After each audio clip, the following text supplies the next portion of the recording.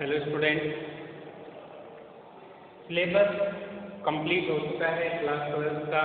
अब हम उसको रिवाइज करना स्टार्ट कर रहे हैं और रिवीजन में हम पहले चैप्टर की पूरी ब्रीफिंग पढ़ेंगे कि चैप्टर में क्या क्या टॉपिक्स एक्सप्लेन है और उसके बाद उस पर बेस्ड इम्पोर्टेंट क्वेश्चन कौन कौन से बनते हैं, उनके किस तरह से आपको आंसर करने हैं, इन सब के तरीके आपको समझाएंगे। तो हम फर्स्ट चैप्टर से ही स्टार्ट कर रहे हैं। आपने अभी एग्जाम में फर्स्ट से लेकर 12 तक चैप्टर्स आ रहे हैं, जिनमें से 7th और 9th सिलेबस से रिमूव हो गया है, वो नहीं आ रहा है। तो टोटल मिलाकर 10 चैप्टर्स आ रहे हैं। इन सभी चैप्टर्स को हम रिवाइज करने की कोशिश करें, ठीक है। तो आप अपने लेवल पर, क्योंकि ये चैप्टर लॉकडाउन से पहले ही कंप्लीट हो चुका था, हमने सभी ने पढ़ा भी है। इस पूरे लेक्चर में मैं इस चैप्टर को ब्रीफ करूंगा और आप इसको अच्छे से रिवाइज करेंगे ताकि फिर इसके क्वेश्चन जो मैं करवाऊंगा उनको आप अच्छे से समझ सकें, ठीक है। तो चैप्टर फर्स्ट है, चैप्टर का नेम है रिप्रोडक्शन इन ऑर्गेनिज्म। और रिप्रोडक्शन का मतलब क्या होता है? रिप्रोडक्शन एक बायोलॉजिकल प्रोसेस है जिस प्रोसेस के अंदर हम बायोलॉजिकल प्रोसेस है जिसमें लिविंग ऑर्गेनिज्म अपने तरह के नए ऑर्गेनिज्म का फॉर्मेशन करते हैं। Reproduction is a biological process by which living organism give rise to new organism of their own kind. ये तो प्रोसेस है और ये प्रोसेस होता क्या है, मतलब पर्पज क्या है रिप्रोडक्शन का किसी ऑर्गेनिज्म के लिए? तो पर्पज है to maintain the continuity of species on this earth. किसी स्पीसीज की अर्थ पर कंटिन्यूटी को मेंटेन करने के लिए रेस्पॉन्सिबल जो बायोलॉजिकल प्रोसेस है वो है रिप्रोडक्शन। रिप्रोडक्शन सभी लिविंग ऑर्गेनिज्म में होता है, वो यूनिसेलुलर एक अमीबा हो या फिर मोस्ट कॉम्प्लेक्स ऑर्गेनिज्म में एंजियोस्पर्म प्लांट और मैमल्स में। रिप्रोडक्शन सभी के अंदर होता है, ठीक है। रिप्रोडक्शन सिंपल वे में सिंगल पेरेंट के इन्वॉल्वमेंट से बिना गैमेट के प्रोडक्शन के भी हो सकता है, और रिप्रोडक्शन कॉम्प्लेक्स वे में गैमेट के प्रोडक्शन के साथ और 2 पेरेंट्स के इन्वॉल्वमेंट के साथ भी हो सकता है। तो इसी बेसिस पर रिप्रोडक्शन 2 टाइप का होता है, एसेक्सुअल और सेक्सुअल रिप्रोडक्शन, ठीक है, जिसको हम पूरे इस चैप्टर में स्टडी करने वाले हैं। उससे पहले लाइफ स्पैन। लाइफ स्पैन क्या होता है? किसी भी लिविंग ऑर्गेनिज्म का लाइफ स्पैन का मतलब क्या होता है? The time duration between birth to natural death of an organism is called its life span.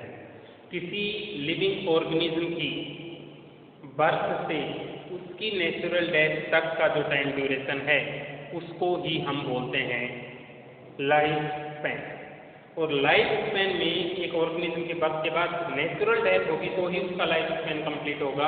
अगर एक्सीडेंटल डेथ किसी ऑर्गेनिज्म की होती है तो उसको हम लाइफ स्पैन में कंसीडर नहीं करेंगे, मतलब उसका लाइफ स्पैन पूरा नहीं हुआ, ओके।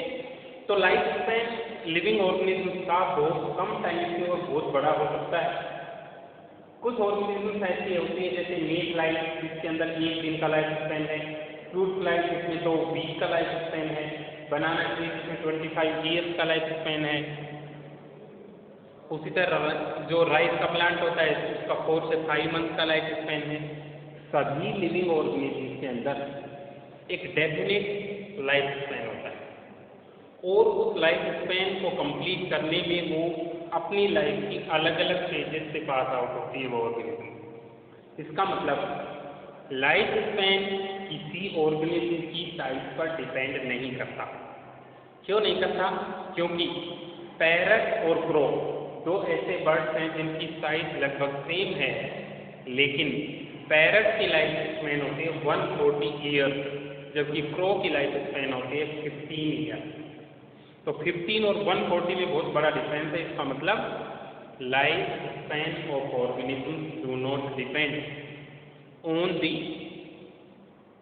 साइज ऑफ ऑर्गेनिज्म, ठीक है। उसी तरह अगर हम प्लांट्स में एग्जाम्पल लें, प्लांट्स में एग्जाम्पल के तौर पे आप ले सकते हैं मैंगो का प्लांट, और नीम का प्लांट, इन सभी में भी, इन दोनों में भी लाइफ स्पैन का बहुत बड़ा अंतर है। मतलब यही बात है कि साइज पर डिपेंड नहीं करता। दूसरा, लाइफ स्पैन यूनिसेलुलर ऑर्गेनिजम्स में अनलिमिटेड है, मतलब यूनिसेलुलर ऑर्गेनिजम्स इमॉर्टल है। These organisms do not die. Unicellular organisms की कभी डेथ नहीं होती है, ठीक है, मतलब इमॉर्टल होते हैं ऑर्गेनिज्म।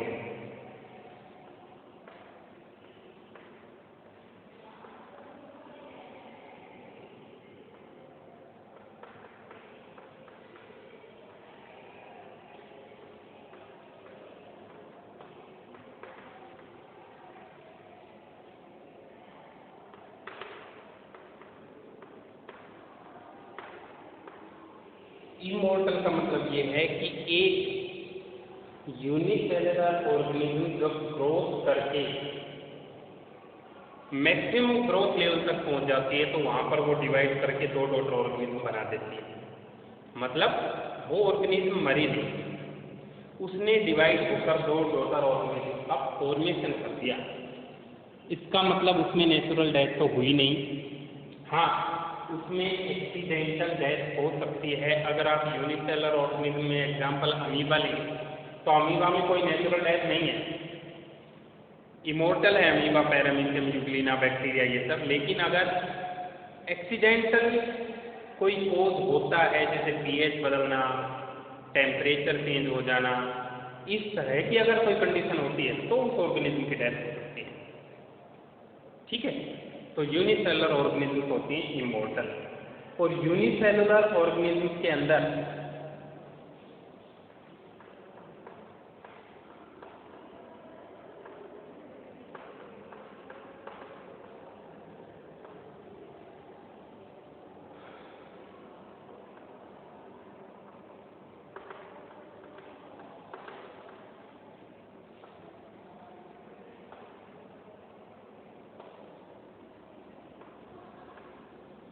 यूनिसेलुलर ऑर्गेनिज्म के अंदर रिप्रोडक्शन और सेल डिवीजन सिनोनिमस होते हैं। मतलब रिप्रोडक्शन का मतलब ही यही है कि एक सेल डिवाइड करके दो डॉटर ऑर्गेनिज्म तो उससे ज़्यादा बना दे, और सेल डिवीजन का मतलब भी यही है। उनमें तो दोनों ही सिनोनिमस प्रोसेस हैं। हर एक स्टेटमेंट को आप अच्छे से समझते हुए जाएं और एग्जाम्पल देखते हुए करें। इसमें हम एग्जाम्पल अमीबा, यूग्लिना, इन सभी का देख सकते हैं। तो नाउन में नेचुरल डेथ होती है और cell division, reproduction synonymous process होते हैं यूनिसेलुलर ऑर्गेनिज्म के अंदर। इसी तरह लाइफ स्पैन में हमने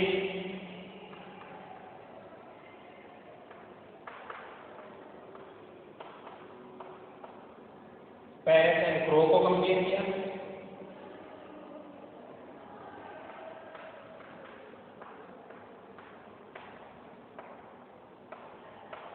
नीम एंड मैंगो को कंपेयर किया, जिनमें साइज इनका लगभग सेम होता है, वेरिएशन है लाइफ स्पैन में। इनका भी लगभग सेम होता है लेकिन वेरिएशन है लाइफ स्पैन में, ठीक है। तो यूनिसेलुलर ऑर्गेनिज्म के बाद अब आ जाते हैं अपन कुछ ऑर्गेनिज्म के लाइफ स्पैन, जैसे कि मैंने राइस प्लांट का बताया। बुक में जितने भी ऑर्गेनिज्म्स हैं उनके लाइफ स्पैन आप अच्छे से देख लें, मैंने नोट्स में लिखवा भी रखे हैं, सभी के लर्न होने चाहिए, ठीक है। फिर हम आ रहे हैं टॉपिक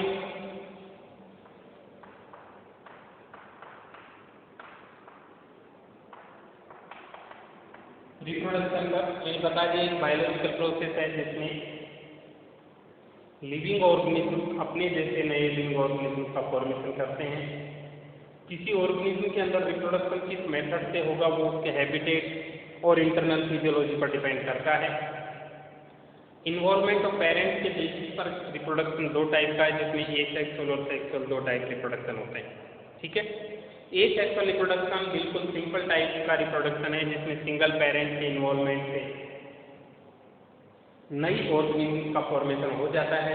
और रिप्रोडक्शन एसेक्सुअल रिप्रोडक्शन से बनने वाली सभी ऑर्गेनिज्म आपस में जेनेटिकली और मॉर्फोलॉजिकली सिमिलर होती है। जेनेटिकली सिमिलर होने का मतलब ये है कि उनके डीएनए और जीन्स सेम टाइप के होते हैं, और मॉर्फोलॉजिकली सिमिलर होने का मतलब ये है कि उनकी एक्सटर्नल अपीयरेंस है वो भी सेम टाइप की होती है। ठीक है, अगर प्लांट में वेजिटेटिव प्रोपेगेशन को छोड़ दें तो सभी एसेक्सुअल रिप्रोडक्शन से बनने वाले ऑर्गेनिज्म को हम क्लोन बोलते हैं।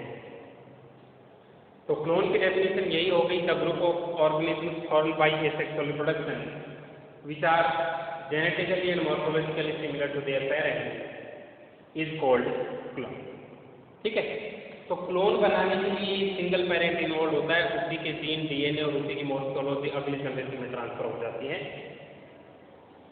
एसेक्सुअल रिप्रोडक्शन अलग अलग टाइप का होता है, जिसको मैं ब्रीफ में बता देता हूँ क्योंकि ये अब सिलेबस का पार्ट भी नहीं है। वैसे आप एग्जाम्पल याद रखें, एसेक्सुअल रिप्रोडक्शन में अलग अलग टाइप है। फीजन एसेक्सुअल रिप्रोडक्शन का वो टाइप है जिसमें पेरेंट सेल डिवाइड करके डॉटर सेल्स बनाती है। अब डॉटर सेल्स पेरेंट सेल से नंबर में कितनी बनती हैं? अगर एक पेरेंट सेल डिवाइड करके 2 डॉटर सेल्स बनाता है तो उसको बाइनरी फीजन बोल देंगे, और 2 से ज़्यादा डॉटर सेल्स बनाता है तो उसको हम मल्टीपल फीजन बोल देंगे। ठीक है, बाइनरी फीजन में एग्जाम्पल अमीबा, न्यूक्लिना, पैरामीशियम, बैक्टीरिया, इनको, और मल्टीपल फीजन में प्लाज्मोडियम, मोनोसिस्टिस, साइमेरिया, ये सब एग्जाम्पल्स हैं। प्लाज्मोडियम मल्टीपल फीजन कहाँ पर करता है? ह्यूमन के आरबीसी में करता है, जहाँ पर वो एक प्लाज्मोडियम एंटर होकर आरबीसी में बहुत सारे बनते हैं और फिर डिवाइड उस आरबीसी को रजिस्टर करके बाहर निकलते हैं। ये साइकिल उनका मलेरिया के दौरान चलता है। उसके बाद बडिंग यूनिसेलुलर फंजाई यीस्ट में भी होता है और मल्टीसेलुलर एनिमल हाइड्रा में भी होता है। हाइड्रा और यीस्ट दोनों में ही बडिंग का प्रोसेस कुछ इस तरह से होता है कि जो पेरेंट ऑर्गेनिज्म है उसके ऊपर एक स्मॉल आउटग्रोथ डेवलप होती है, फिर वो आउटग्रोथ ही धीरे धीरे साइज में बड़ी होती है जब उस पेरेंट बॉडी से ही चिपकी हुई है उसी समय, और उस पर उसके बॉडी पार्ट्स भी डेवलप होने लग जाते हैं। जब वो पेरेंट बॉडी से लगी हुई मैच्योर हो जाती है तो वो डिटैच होकर अलग ऑर्गेनिज्म में डेवलप हो जाती है, जैसे हाइड्रा, और कुछ केसेस में वो उसी से अटैच भी रह सकती है, जैसे कि यीस्ट एक यूनिसेलुलर फंगस है जिसके अंदर बडिंग से चेन ऑफ सेल्स बन जाता है, और उस चेन ऑफ सेल को हम स्यूडोमाइसीलियम बोलते हैं, क्योंकि मल्टी सेलुलर फंजाई की बॉडी को हम माइसीलियम बोलते हैं, और यूनिसेलुलर फंजाई में ये जो फोल्स बॉडी बनी है इसको हम स्यूडोमाइसीलियम बोलते हैं। शुगर के प्रेजेंस में यीस्ट बहुत फास्ट ग्रो करती है। ठीक है, हमेशा यीस्ट के डायग्राम में पेरेंट सेल से बड वाली सेल को छोटा बनाएं और पेरेंट न्यूक्लियस से बड वाले न्यूक्लियस को छोटा बनाएं। इसका मतलब यीस्ट में बडिंग एक अनइक्वल सेल डिवीजन का एग्जाम्पल है। अनइक्वल सेल डिवीजन का मतलब ये होता है कि जब पेरेंट सेल डॉटर ऑर्गेनिज्म बनाए तो उसका साइज सेम नहीं हो, ये होता है अनइक्वल डिवीजन। ठीक है, तो इस तरह से स्पोर फॉर्मेशन अगला मेथड है जिसके अंदर माइक्रोस्कोपिक स्पोर्स, डस्ट के जो पार्टिकल हैं उनसे भी छोटे छोटे स्पोर्स लिविंग ऑर्गेनिज्म बनाती हैं। वो स्पोर्स एयर, वाटर या ऑर्गेनिज्म से एक से दूसरे प्लेस पर ट्रांसफर हो जाते हैं और डेवलप होकर एक नई ऑर्गेनिज्म का फॉर्मेशन करते हैं। स्पोर फॉर्मेशन में आप एग्जाम्पल राइजोपस या पेनिसिलियम फंगस का ले लीजिए, जिनमें कि नॉन मोटाइल स्पोर्स बनते हैं जिनको कोनिडियोस्पोर्स भी बोलते हैं। स्पेशली पेनिसिलियम वालों को कोनिडियोस्पोर बोलते हैं। ठीक है, और मोटाइल स्पोर्स भी जूस स्पोर्स बनते हैं, जैसे क्लेमाइडोमोनास एक एल्गी है उसके अंदर मोटाइल स्पोर्स बनते हैं। ठीक है, तो स्पोर फॉर्मेशन में मोटाइल और नॉन मोटाइल दोनों, बडिंग में इंटरनल और external budding, external budding yeast और हाइड्रा में बता दिया। इंटरनल बडिंग स्पॉन्जेस के अंदर बनती है, जेन्यूल का फॉर्मेशन स्पॉन्जेस में एक एग्जाम्पल है इंटरनल बडिंग का। स्पोर फॉर्मेशन को आप डिटेल में स्टडी करेंगे तो आप देखेंगे कि पेनिसिलियम पर एक चेन ऑफ स्पोर्स बन जाती है, वो कोनिडियोस्पोर्स है। ठीक है, और राइजोपस जो कि ब्रेड मोल्ड होती है उसमें भी स्पोर्स का फॉर्मेशन होता है ब्रेड पर जब वो फंगस ग्रो करती है। ठीक है, तो उसके बाद रीजनरेशन ऐसा एक सेक्सुअल रिप्रोडक्शन का मेथड है जिसमें लॉस्ट बॉडी पार्ट दोबारा से डेवलप हो जाता है या फिर उस बॉडी पार्ट से ही पूरा ऑर्गेनिज्म डेवलप हो जाता है, जैसे प्लेनेरिया है। और फ्रेगमेंटेशन लोअर प्लांट में स्पेशली जैसे प्रोटोनिमा ऑफ मोस, एल्गी और फर्न, इनके अंदर होता है फ्रेगमेंटेशन, जिसमें कोई बॉडी पार्ट अगर टूट जाए तो वो बॉडी पार्ट एक नई ऑर्गेनिज्म में डेवलप हो जाता है। ठीक है, वेजिटेटिव प्रोपगेशन प्लांट्स के वेजिटेटिव पार्ट से जैसे रूट स्टेम या लीफ से नए प्लांट बनने के प्रोसेस को हम वेजिटेटिव प्रोपगेशन बोलते हैं। इस प्रोसेस के अंदर, वेजिटेटिव प्रोपगेशन के प्रोसेस के अंदर बनने वाली ऑफस्प्रिंग में जेनेटिक मटेरियल तो बिल्कुल पेरेंट ऑर्गेनिज्म के जैसा होता है, लेकिन उसकी मोर्फोलॉजी, उसकी एक्सटर्नल अपीयरेंस पेरेंट ऑर्गेनिज्म के जैसी नहीं होती। इसलिए वेजिटेटिव प्रोपगेशन से बनने वाले ऑर्गेनिज्म को हम क्लोन नहीं बोल सकते। ये एक बड़ा रीजन है, क्योंकि मॉर्फोलॉजी मैच नहीं करेगी। वेजिटेटिव प्रोपगेशन लीफ से ब्रायोफिलम में, स्टेम से पोटैटो में, जिंजर जिसको राइजोम बोलते हैं, जिंजर अदरक है उसके अंडरग्राउंड स्टेम को हम राइजोम बोलते हैं, और पोटैटो के अंडरग्राउंड स्टेम को हम ट्यूबर बोलते हैं। ठीक है, अगेव, बल्बिल, ओनियन, बल्ब, ये सब एग्जाम्पल वेजिटेटिव प्रोपगेशन के हैं। सबसे लास्ट का मेथड इस सेक्सुअल रिप्रोडक्शन में आर्टिफिशियल है, जो कि लेबोरेटरी में ही परफॉर्म किया जा सकता है। उसको हम प्लांट टिश्यू कल्चर बोलते हैं। प्लांट टिश्यू कल्चर में हम किसी प्लांट से कोई लिविंग सेल लेंगे और उसको सारे न्यूट्रिएंट मीडियम प्रोवाइड करेंगे लेबोरेटरी में, जिससे कि एक नए प्लांट का डेवलपमेंट हो सके। ठीक है, तो प्लांट टिश्यू कल्चर के अंदर नए प्लांट का डेवलपमेंट होता है किसी लिविंग प्लांट पार्ट से। उस लिविंग प्लांट पार्ट को हम बोलते हैं एक्स प्लांट। ठीक है, तो एक्स प्लांट टिश्यू कल्चर में 5 टर्म जो हमने पढ़ी,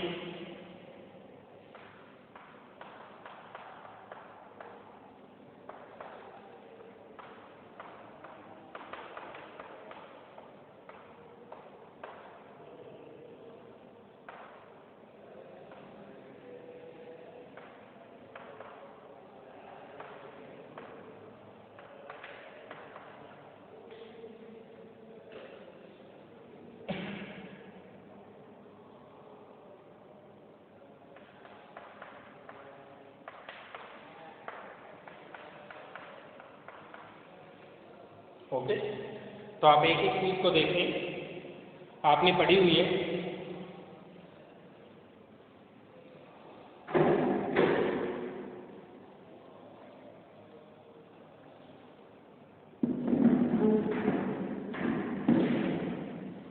सबसे पहले x plant. What is x plant? The plant part which is taken in vitro for development of new plant through plant tissue culture is called explant. For example, living cell of root, stem or leaf, living tissue of root, stem or leaf, and living organ of root, stem or leaf. किसी भी cell को जो plant की एक living cell है उसको हम as explant use कर सकते हैं। ठीक है, उसके बाद totipotency, the ability of plant cell to develop into complete plant. इस प्लांट सेल की वो एबिलिटी जिससे कि वो कंप्लीट प्लांट में डेवलप हो सकती है उसको हम टोटिपोटेंसी बोलते हैं। कल्चर मीडियम न्यूट्रिएंट्स का वो मिक्सचर होता है जिसमें सभी न्यूट्रिएंट्स प्रेजेंट होते हैं जो कि प्लांट की ग्रोथ के लिए रिक्वायर्ड है। कल्चर मीडियम को हम मीडिया या न्यूट्रिएंट मीडियम भी बोल सकते हैं। प्लांटलेट वो स्मॉल प्लांट होता है जो इन विट्रो कल्चर के बाद प्लांट टिश्यू कल्चर से बनता है, और कैलस होता है undifferentiated mass of cell formed by continuous division into explant. ठीक है, तो यहाँ पर आपका कंप्लीट होता है क्या, ए सेक्सुअल रिप्रोडक्शन, इसके मेथड और उसके टाइप। उसके बाद अब हम सेक्सुअल रिप्रोडक्शन की बात करेंगे। उससे पहले कुछ फैक्ट्स मैं बता देता हूँ आपको।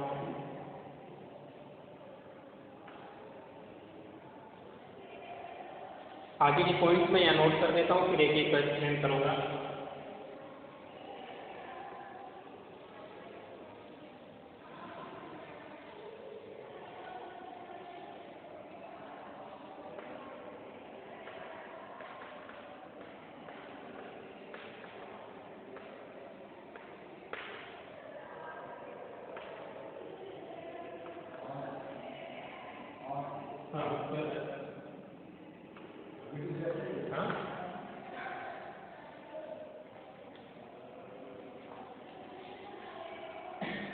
आइकोर्निया इज कॉल्ड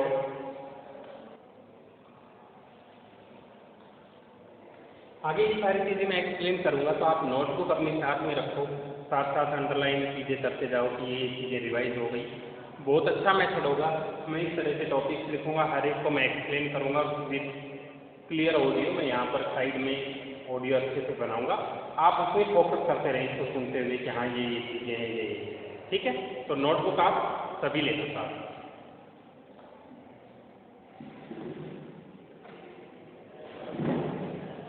अब समझिए, Eichhornia is terror of Bengal.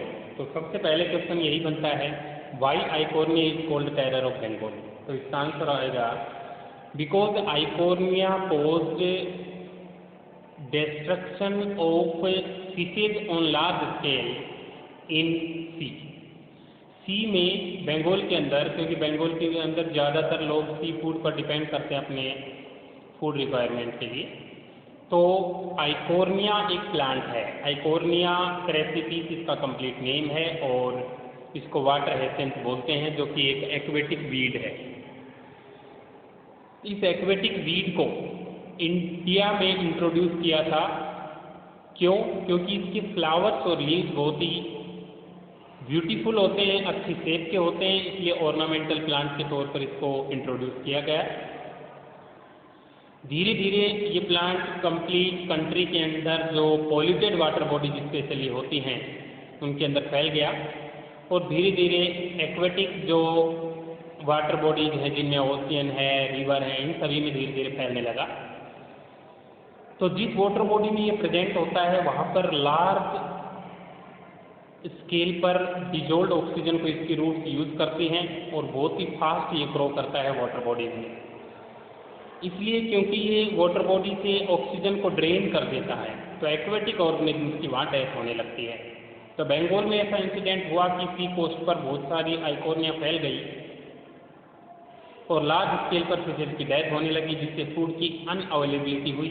इसलिए इसको बोलते हैं टेरर ऑफ बंगाल। तो दोनों कारण पता होना चाहिए, क्यों तो इसको टेरर ऑफ बंगाल बोलते हैं और क्यों इसको इंट्रोड्यूस किया गया था इंडिया में। Second, why do organisms shift to sexual mode of reproduction? अगर ये सेक्सुअल मोड सिंपल है, शॉर्ट टाइम ड्यूरेशन में हो जाता है, लार्ज नंबर ऑफ ऑफस्प्रिंग से बनाता है, तो फिर क्यों living organism sexual mode of reproduction की तरफ शिफ्ट करते हैं? इसका सिंपल सा आंसर ये होगा, first, because the sexual reproduction produces some resistant structures like seeds, spores, etc. Second, sexual reproduction produces variations which lead to evolution and increased adaptability of organisms to physical environment. Physical environment के लिए organisms की adaptability भी बढ़ा देता है, ये variations develop कर देता है और resistant structure बनाता है, इसलिए sexual mode of reproduction की तरफ करती हैं ऑर्गेनिज्म शिफ्ट। इसके बाद नेक्स्ट है, why do internodal segments of sugarcane node give rise to new plant. Sugarcane में जो नोड और इंटरनोड दो रीजन होते हैं, उनमें से सिर्फ नोड वाले रीजन से ही नया प्लांट बनता है, इंटरनोड वाले रीजन से क्यों नहीं बनता? तो इसका सिंपल सा आंसर ये होगा, only nodes have the meristematic tissue which can produce new plant, internodes do not have, because internodes have matured region, so only nodes can develop into new plant. अब ये भले ही शुगर केन हो, रोज हो या potato हो, किसी भी plant में नए प्लांट का फॉर्मेशन वेजिटेटिव प्रोपेगेशन से सिर्फ नोड्स से ही पॉसिबल है। ओके, समझे आप? तो तीनों क्वेश्चन का आंसर हो गया। अब हम दूसरा पार्ट शुरू कर रहे हैं, सेक्सुअल रिप्रोडक्शन। तो सबसे पहले सुनिए सेक्सुअल रिप्रोडक्शन की डेफिनेशन।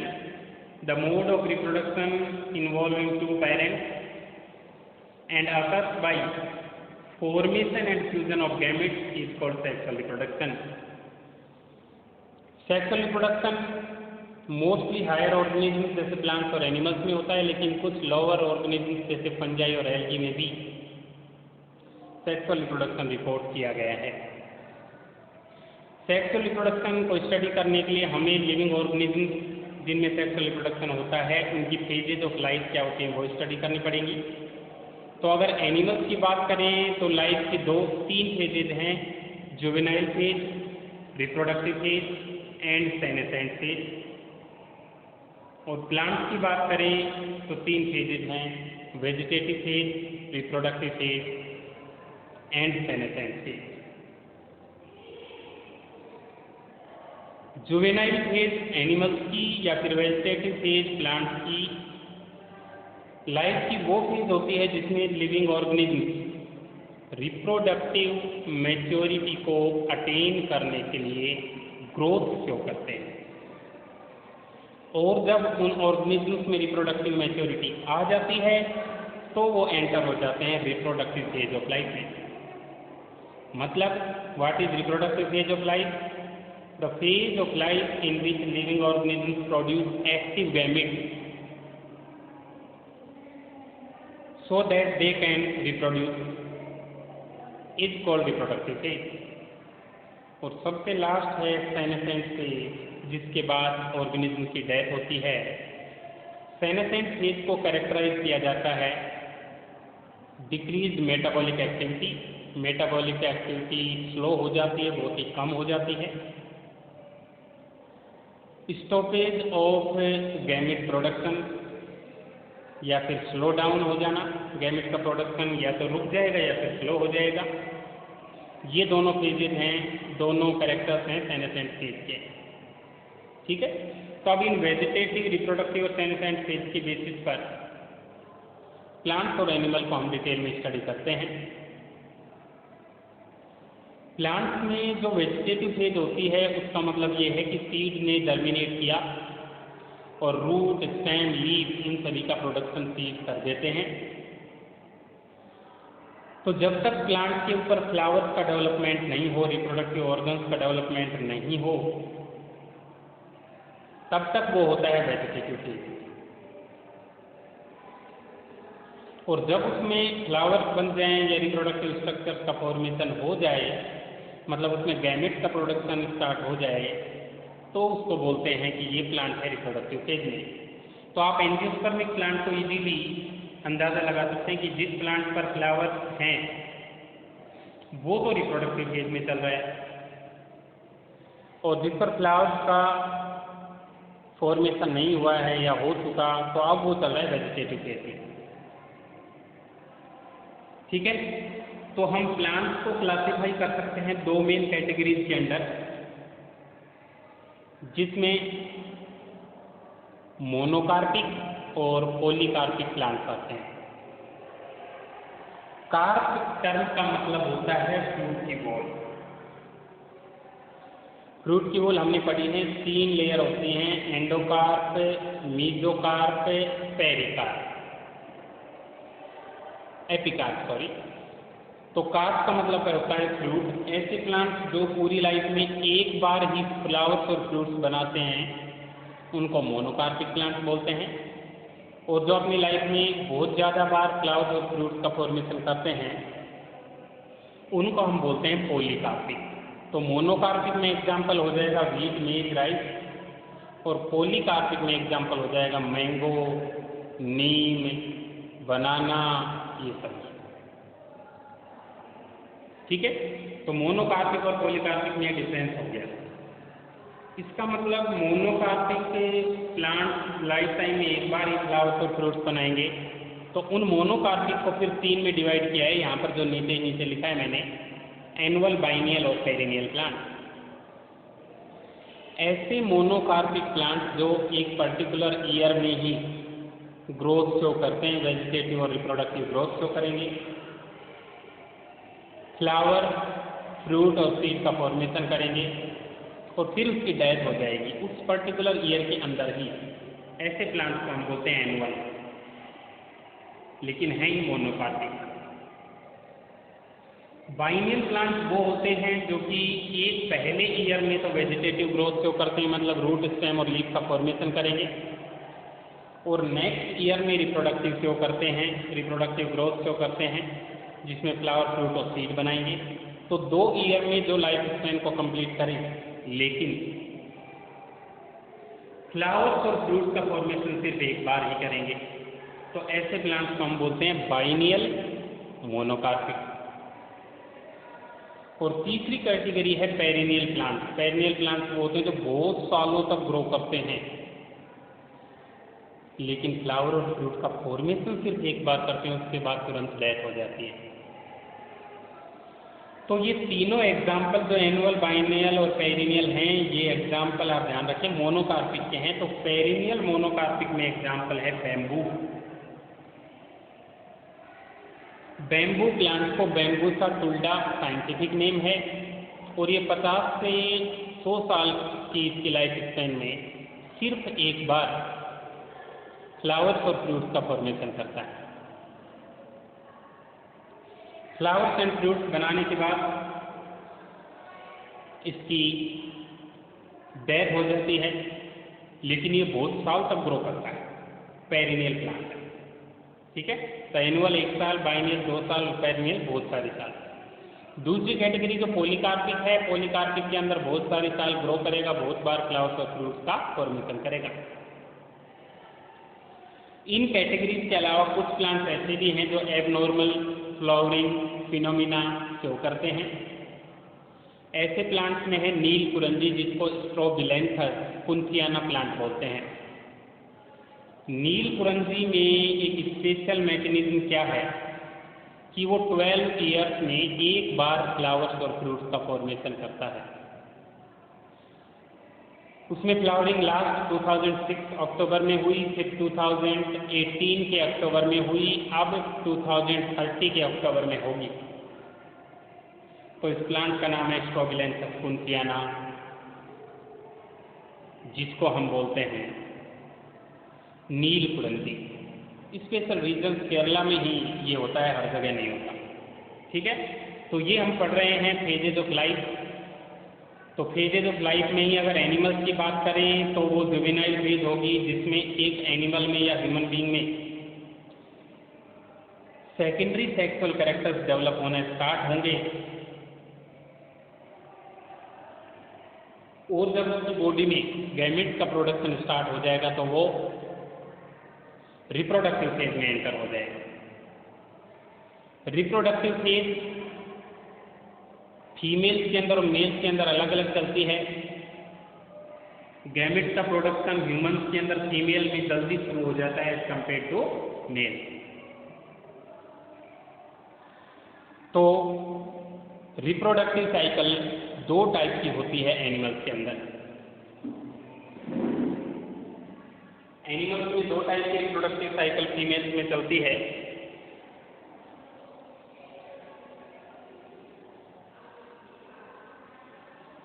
जिसको हम oyster cycle and menstrual cycle भी बोलते हैं।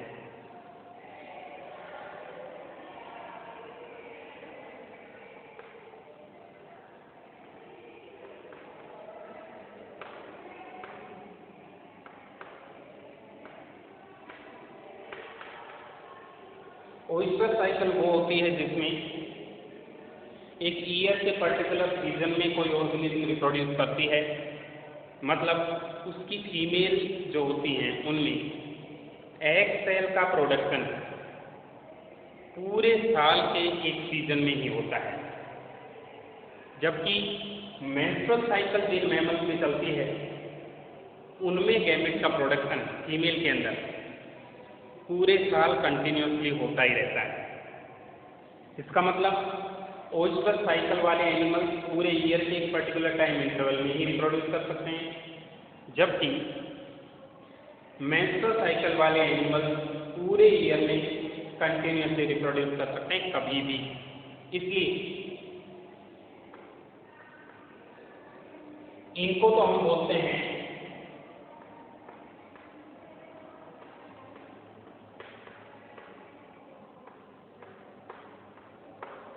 सीजनल ब्रीडर,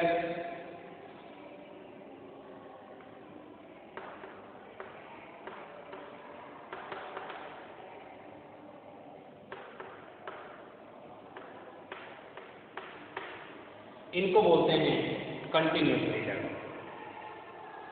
जो साल में एक बार रिप्रोड्यूस करते हैं।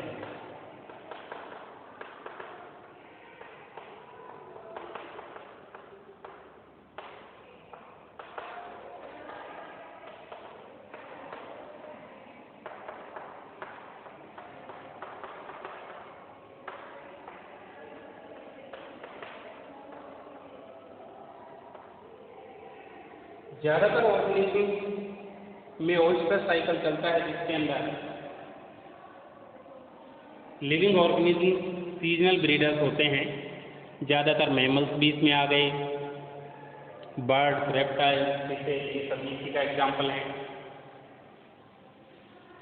मोस्ट मैमल्स में है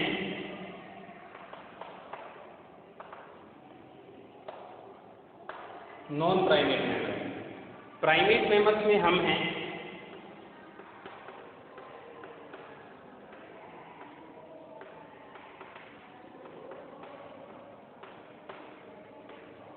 और हमारे रिलेटिव्स हैं इवोल्यूशन में एप्स, चिंपैंजी, ह्यूमन।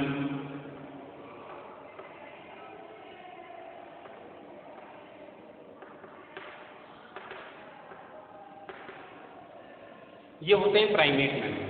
तो इन प्राइमेट मैमल्स के अंदर रिप्रोडक्टिव साइकिल जो चलता है वो होता है मेंस्ट्रुअल साइकिल, और इनको हम बोलते हैं कंटिन्यूस ब्रीडर। क्यों? क्योंकि ये पूरे साल में कभी भी रिप्रोड्यूस कर सकते हैं। जैसे ह्यूमन फीमेल्स में होती है मेंस्ट्रुअल साइकिल पर मंथ, जिसमें एग सेल का प्रोडक्शन होता है और रिप्रोडक्शन हो सकता है। ठीक है, तो ये वीडियो है चैप्टर 1 के रिवीजन के लिए। तो 50% हमारा चैप्टर 1 कंप्लीट होता है। चैप्टर 1 का नेक्स्ट वीडियो अगला होगा। तो उससे पहले आपने इस वीडियो के साथ रजिस्टर लेकर उसको रीड किया होगा, लर्न किया होगा, तो इतना पार्ट आप उसको रिवाइज करें आप अच्छे से। नेक्स्ट वीडियो आने में 3-4 दिन तो लगते ही हैं, तो उसको अच्छे से आप रिवाइज कर लें। कोई भी डाउट हो तो डाउट क्लासेज में अपना सॉल्व कर लें। अब रिवीजन का आपको मौका मिल रहा है, आप इसको ऐसे वेस्ट ना जाने दें, अच्छे से रिवाइज करके अपने डाउट क्लियर करें। ठीक है, इस तरह से रिवीजन चलेगा। और ये करने के बाद फिर मैं इंपॉर्टेंट क्वेश्चन की लिस्ट भी बनाऊंगा जो कि आपको करनी होंगी। मैं हर एक वीडियो में 5 क्वेश्चन की तो बनाऊंगा इस वीडियो के बाद। ठीक है, ताकि 5 क्वेश्चन आपका हर एक वीडियो में रिटर्न वर्क भी मिले, क्योंकि अब नोट्स तो बन चुके हैं, अब इनको तो दोबारा बनाने की जरूरत है नहीं। तो आपको रिटर्न वर्क भी 5 इंपॉर्टेंट क्वेश्चंस का मिलेगा, तो आप इनको प्रॉपरली करते जाएंगे और आपका रिवीजन अगर अच्छे से हो जाएगा तो आप चैप्टर को बहुत अच्छे से समझ जाएंगे और आने वाली बोर्ड एग्जाम के लिए अच्छे से अपने आप को प्रिपेयर करेंगे। तो आप लापरवाही आप बिल्कुल भी नहीं करें, टाइमली अपना वर्क करते चलें। पीछे के जो भी नोट्स किसी के टॉपिक के, डायग्राम के, चैप्टर के बचते हैं वो कंप्लीट करें। सबसे मेन प्रायोरिटी होगी नोटबुक चेकिंग। जब आप स्कूल में आएंगे आपका रिपोर्ट बताए कि वो नोटबुक कि लर्निंग वर्क तो कम या ज़्यादा चल जाएगा कि क्या उसने रिटर्न वर्क भी नहीं किया किसी स्टूडेंट ने, और अगर किसी का रिटर्न वर्क इनकम्प्लीट मिला तो उसका सीधा सा मतलब है कि उसने बिल्कुल भी पढ़ाई नहीं की, वो पढ़ने के लिए बिल्कुल बैठा ही नहीं। इसलिए रिजल्ट आपका है, उसको अच्छा करने के लिए एफर्ट्स आपको हमारे साथ करने होंगे। अच्छे से रिवाइज करते चलें, नेक्स्ट वीडियो में बचा हुआ चैप्टर रिवाइज करें। Okay, thank you.